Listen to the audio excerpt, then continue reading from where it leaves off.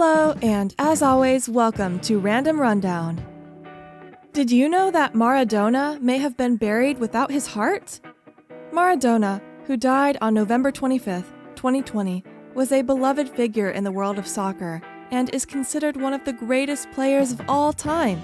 His death prompted an outpouring of grief and tributes from fans around the world.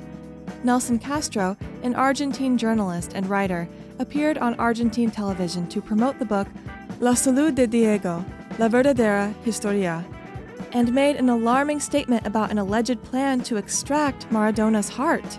He stated that beyond preventing Maradona's heart from being stolen, it was also important to extract it to determine the cause of his death. He did not provide any more information about the potential thieves or their plans during the interview. He said that others would have died much earlier, Castro said. Unfortunately, he had an addictive component to everything, which was destructive for him. Maradona was addicted to everything. In the interview, the author went into vivid details about Maradona's heart, stating that it weighed half a kilogram, almost double the weight of an average male heart. However, the decision to bury Maradona without his heart was made out of concern that some fans may try to take it as a memento.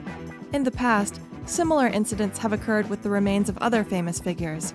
For example, the tomb of Elvis Presley was vandalized in the past, and the remains of Jimi Hendrix were stolen and held for ransom. The decision to bury Maradona without his heart was made by his daughters, who were responsible for making arrangements for the funeral. They consulted with Maradona's lawyer, who agreed that it was the best course of action to ensure that his remains would be treated with respect. This decision is a reflection of the cult of celebrity that surrounds famous figures, particularly those in sports. Fans can become so obsessed with their idols that they may feel compelled to take extreme measures to possess a piece of them. This can be seen as disturbing behavior, and it is understandable that the family takes such steps to protect the remains of their loved one. His coffin was kept under tight security and was only opened for a brief moment to allow his children to say goodbye. The funeral itself was also heavily guarded to prevent any disruptions. Maradona's death sparked a wave of mourning from around the world, with thousands of fans gathering to pay their respects at the place where he was lying in state. His funeral was also attended by many famous figures, including soccer players, politicians, and celebrities. Maradona's death has reignited debates and discussions about his legacy and the impact he had on the world of soccer.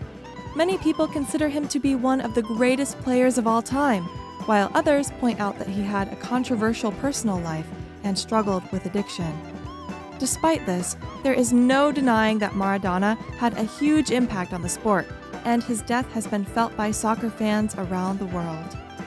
His image and likeness have been used to create tributes and merchandise, with some fans even getting tattoos of him.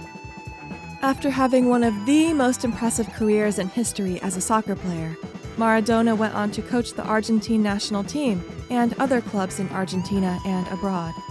The last team that Maradona coached was Club Gimnasia y Esgrima La Plata, whose fans allegedly planned to steal his heart, located in the city of La Plata, province of Buenos Aires.